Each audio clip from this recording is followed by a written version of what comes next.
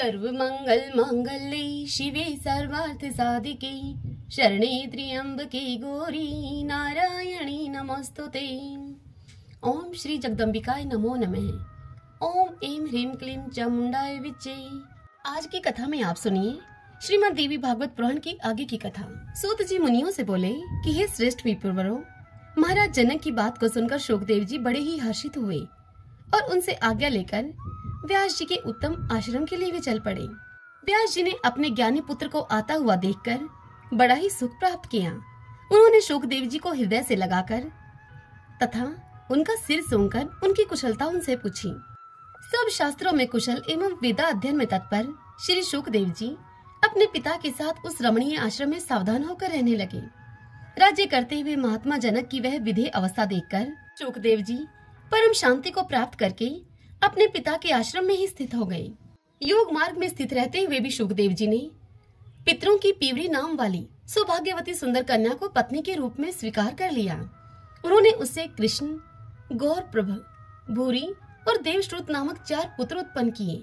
साथ ही उन प्रतापी व्यास श्रुत सुखदेव जी ने कीर्ति नाम की एक कन्या उत्पन्न करके उस कन्या का विवाह विभ्राज के पुत्र महात्मा अणु के साथ कर दिया। शुकदेव जी की कन्या से उत्पन्न अणु के पुत्र श्रीमान ब्रह्मदत्त हुए, जो कि बड़े ही प्रतापी, ब्रह्मज्ञानी एवं पृथ्वी के रक्षक थे। वे कुछ समय के बाद देवऋषि नारद के उपदेश से और परम श्रेष्ठ ब्रह्म तत्व का ज्ञान पाकर योग मार्ग का आश्रय लेकर राज्य का भार अपने पुत्र को सौंपकर बद्री का आश्रम को चले गए। वहां नारद जी के कृपा प्रसाद से प्राप्त माया बीज के उपदेश से उन्हें निर्बाध तथा तत्क्षण मुक्तिदायक ज्ञान उत्पन्न हुआ। उधर श्री शोकदेव जी भी अपने पिता का साथ त्याग कर कैलाश के सुरमय शिखर पर चले गए और निसंग भाव से अविचल ध्यान लगाकर वहां स्थित हो गए। कुछ ही दिनों में उन्हें परम सिद्धि की प्राप्ति हो गई और वे पर्वत के शिखर से उड़ गए और महातेजस्वी वे शोकदेव जी आकाश में जाकर सूर्य के समान सुशोभित होने लगे। तब शोकदेव जी के उड़ते ही पर्वत शिखर 2 भागों में विभाजित हो गया। शोकदेव जी के आकाश में जाते ही अनेक प्रकार के उत्पात वहां होने लगे। ऋषियों के द्वारा स्तुति किए जाते हुए वे शोकदेव जी अंतरिक्ष में वायु की भांति स्थित हो गए। वे अपने तेज से दूसरे सूर्य की भांति दीप्यमान हो रहे थे। इसी बीच पुत्र के वियोग से व्यग्र होकर व्यास जी बार बार हा पुत्र करते हुए इस प्रकार कहते हुए उस पर्वत की चोटी पर पहुंचे जहाँ पर कि शोकदेव जी रहते थे। थके हुए व्यास जी को दीन भाव से करुण कंदन करते हुए देखकर सभी जीवों में साक्षी रूप से विद्यमान परमात्मा ने प्रतिध्वनि के रूप में उत्तर दिया। आज भी उस पर्वत के श्रृंग पर वैसी ही प्रतिध्वनि स्पष्ट सुनाई देती है। अपने प्रिय पुत्र शुकदेव जी के विरह में हा पुत्र कहकर विलाप करते हुए व्यास जी को शोक संताप देखकर साक्षात शंकर जी वहां पर आकर व्यास जी को सांत्वना देने लगे। कहा उन्होंने कि हे व्यास जी, आप शोक मत कीजिए, आपके पुत्र श्रेष्ठ योग वेता हैं। उन्होंने अकृतात्माओं के लिए भी दुर्लभ परम गति प्राप्त कर ली है। अतः ब्रह्म ज्ञान रखने वाले आपको उन ब्रह्मज्ञानी शुकदेव जी के लिए चिंता नहीं करनी चाहिए। हे पवित्र आत्मन व्यास जी, शुकदेव के समान पुत्र के द्वारा आपकी महान कीर्ति हुई है। भगवान शंकर के मुख से यह सुनकर व्यास जी उनको बोले, हे देवेश, हे जगतपते, मैं क्या करूं? शोक दूर नहीं हो रहा है। पुत्र दर्शन की लालसा वाले मेरे नेत्र अतृप्त हैं। तब महादेव जी व्यास से बोले कि अब आप अपने पुत्र की रमणीय छाया अपने पास सर्वदा विद्यमान देखेंगे। हे मुनिवर, हे परंतप, उस छाया को देखकर आप अपना शोक दूर कीजिए। सूत जी इतनी कथा सुनाते हुए मुनियों से कहते हैं कि तदंतर व्यास जी ने अपने पुत्र शुकदेव जी की ओजस्विनी छाया देखी। उन्हें वरदान देकर शंकर जी वहीं पर अंतर्ध्यान हो गए। महादेव जी के अंतर्हित हो जाने पर व्यास जी भी अपने आश्रम को वापस लौट आए। शुकदेव जी के वियोग से संतप्त होकर वे अत्यंत ही दुखी रहने लगे। सूत जी से इस कथा को सुनते हुए ऋषियों ने उनसे कहा कि हे सूत जी, शुकदेव जी को जब परम सिद्धि प्राप्त हो गई तब देव श्रेष्ठ व्यास जी ने क्या किया, यह सब विस्तार पूर्वक हमसे कहिए। तब सूत जी मुनियों से बोले कि उस समय व्यास जी के जितने वेदपाठी शिष्य थे वे सब व्यास जी की आज्ञा पाकर पहले ही भूमंडल में इधर उधर चले गए थे। असित, देवल, वैशंपायन, जैमिनी और सुमंतु आदि सभी तपोधन मुनि वहां से चले गए थे। उन ऋषियों को अन्यत्र तथा अपने पुत्र शुकदेव जी को अंतरिक्ष में गया हुआ देखकर शोकाकुल व्यास जी ने वहां से चले जाने का विचार किया। उसी समय व्यास जी ने मन ही मन निषाद कन्या अपनी कल्याणकारिणी माता का स्मरण किया, जिन्हें उन्होंने शोक अवस्था में गंगा जी के तट पर ही छोड़ दिया था। अपनी माता सत्यवती का स्मरण करके उस श्रेष्ठ पर्वत को त्याग कर महातेजस्वी व्यास जी अपने जन्म स्थान पर वापस चले आए। इस प्रकार उन्होंने उस द्वीप पर जाकर लोगों से पूछा कि वे सुंदर मुख वाली मेरी माता कहाँ चली गई। तब निषादों ने व्यास जी को बताया कि उस कन्या का तो निषाद राज ने राजा शांतनु से विवाह कर दिया था। तत्पश्चात निषाद राज ने व्यास जी का प्रेम पूर्वक पूजन एवं सत्कार करके हाथ जोड़कर उनसे कहा। दास राज बोला कि हे मुने, मेरा जन्म सफल हो गया और आपका कुल भी पवित्र हो गया, जो कि आज देवताओं के लिए भी दुर्लभ आपका यह दर्शन मुझे प्राप्त हुआ। हे विप्रवर, आप जिस काम से यहाँ पर आए हैं वह बताइए। हे विभो, धन पुत्र कलत्र आदि यह सब आपके अधीन है। निषाद राज के इस प्रकार प्रार्थना करने पर व्यास जी ने सरस्वती नदी के सुंदर तट पर अपना आश्रम बनाया और सावधान चित होकर वे पुनः तप करते हुए वहां पर रहने लगे। अपूर्व तेजस्वी महाराज शांतनु को सत्यवती के गर्भ से 2 पुत्र उत्पन्न हुए। इन दोनों को अपना भाई मानकर वनवासी व्यास जी अत्यधिक प्रसन्न हुए। उनमें राजा का पहला पुत्र चित्रांगद रूपवान था, शत्रुओं को कष्ट देने वाला तथा सभी शुभ लक्षणों से संपन्न था। वह शंतनु के दूसरे पुत्र का नाम विचित्र वीर्य था। वह भी सर्वगुण संपन्न एवं शंतनु के लिए सुखवर्धक हुआ। इसके पूर्व उन राजा शंतनु को गंगा से भीष्म नामक बलशाली एवं पराक्रमी पुत्र हुआ था। उसी प्रकार सत्यवती से 2 पराक्रमी पुत्र उत्पन्न हुए। उन सर्वगुण संपन्न तीनों पुत्रों को देखकर महामना शंतनु अपने आप को देवताओं से अजय समझने लगे थे। कुछ समय के बीतने पर यथा समय धर्मात्मा शंतनु ने उसी प्रकार अपना शरीर त्याग दिया, जिस प्रकार की कोई मनुष्य अपना पुराना वस्त्र छोड़ देता है। शंतनु के काल के वशीभूत हो जाने पर भीष्म ने विधिवत उनके समस्त प्रेत कार्य किए और विविध प्रकार के दान भी दिए। तदंतर पराक्रमी भीष्म ने चित्रांगद को राज्य के सिंहासन पर बिठाया। उन्होंने स्वयं राज्य नहीं किया, इसी कारण उनका नाम देवव्रत हुआ। सत्यवती पुत्र चित्रांगद बल गर्वित, शत्रु संताप करता, बलशाली, वीर्य तथा पवित्र थे। महाबाहु चित्रांगद एक बार महान सेना से युक्त होकर आखेट के लिए वन में गए। वहां वैद्य रूरू मृगों को खोजते हुए वे विविध वन प्रदेशों में घूम रहे थे। मार्ग में उन राजा को जाता हुआ देखकर चित्रांगद नामक एक गंधर्व अपने सुंदर विमान से भूमि पर उनके समीप उतर पड़ा। सूत जी इस कथा को सुनाते हुए आगे कहते हैं कि हे तपस्वियों, उस समय कुरुक्षेत्र के उस विशाल मैदान में 3 वर्ष तक समान बल वाले उन दोनों में घमासान युद्ध होता रहा। अंत में उस गंधर्व के द्वारा राजा चित्रांगद युद्ध में मारे गए और उन्हें शीघ्र ही इंद्रलोक प्राप्त हुआ। यह सुनकर भीष्म ने उसी समय चित्रांगद का औधर्व दैहिक संस्कार किया। तत्पश्चात मंत्रियों ने भीष्म को समझा बुझाकर शोक रहित किया। उन्होंने अपने छोटे भाई विचित्र वीर्य को राजा बना दिया। मंत्रियों, गुरुजनों एवं महात्माओं के समझाने पर शुभ लक्षणा राजमाता सत्यवती अपने ज्येष्ठ पुत्र की मृत्यु से शोकाकुल होती हुई भी अपने छोटे पुत्र विचित्र वीर्य को राजा सिंहासन पर बैठा देखकर अत्यंत प्रसन्न हुई। इसी प्रकार व्यास जी भी अपने भ्राता के राजा होने का समाचार पाकर प्रसन्न हुए। जब सत्यवती के सुंदर पुत्र विचित्र वीर्य पूर्ण युवा हुए, तब भीष्म अपने कनिष्ठ भ्राता के विवाह की चिंता करने लगे।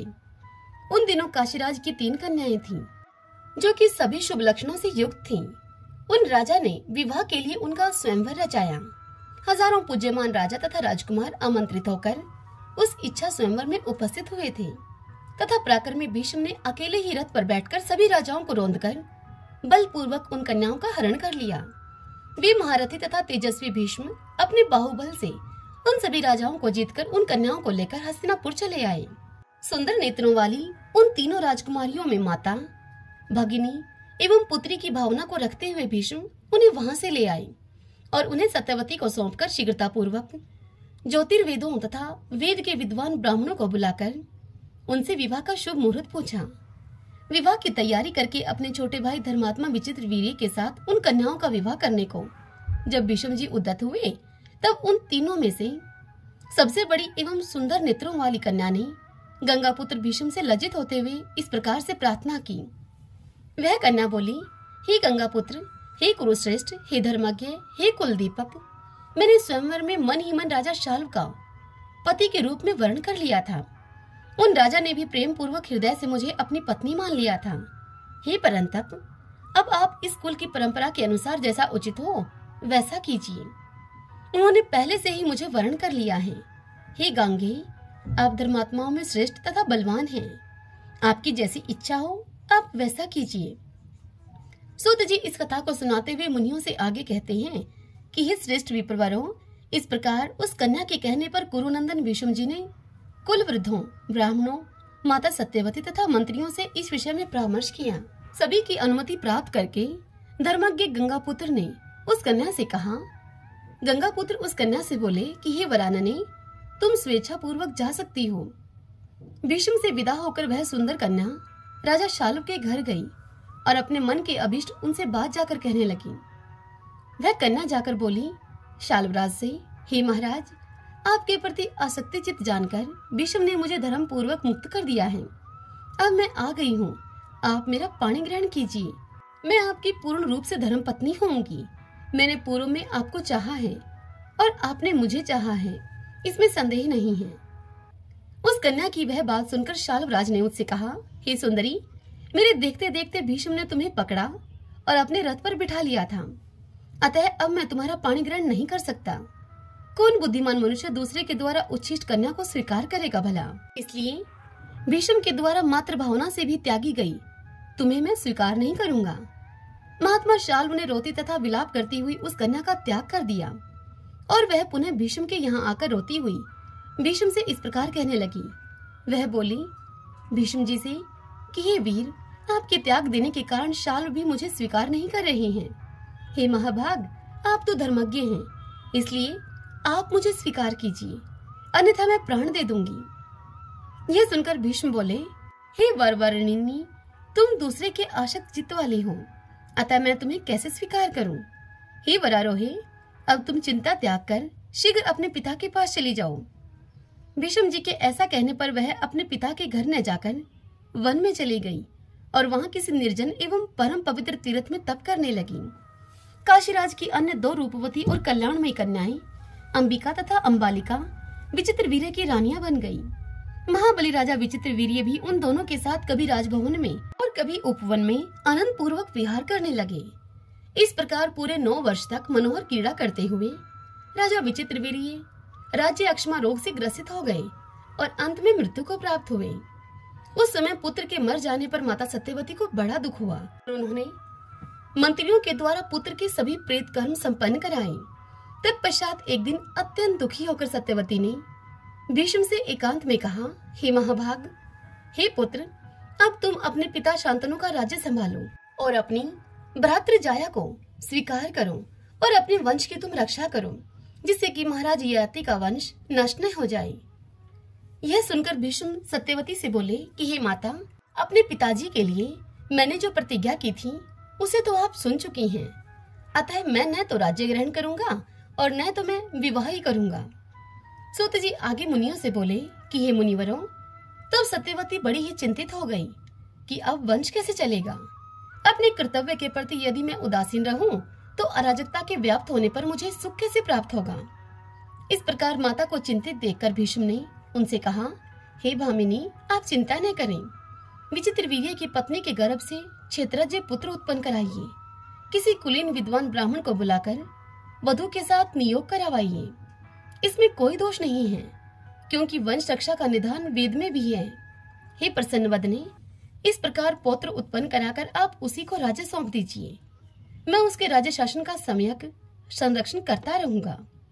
भीष्म की यह बात सुनकर सत्यवती ने अपनी कुमारी अवस्था में उत्पन्न अपने निर्दोष पुत्र द्वापायन व्यास मुनि का स्मरण किया। स्मरण करते ही तपस्वी व्यास जी वहां पर आ पहुंचे और माता को प्रणाम करके वे तेजस्वी मुनि उनके सामने खड़े हो गए। तब भीष्म ने उनकी भली भांति पूजा की और माता सत्यवती ने भी उनका आदर किया। उस समय महातेजस्वी व्यास जी वहां इस प्रकार सुशोभित हुए मानो कि धूम रहित साक्षात दूसरे अग्निदेव ही हों। माता सत्यवती ने व्यास जी से कहा कि इस समय तुम विचित्र वीर्य के क्षेत्र में अपने तेज से सुंदर पुत्र उत्पन्न करो। माता का यह वचन सुनकर व्यास जी ने उसे आपत वाक्य माना और कहा कि ठीक है, और इस प्रकार कहकर व्यास जी वहीं पर ठहर गए और ऋतुकाल की प्रतीक्षा करने लगे।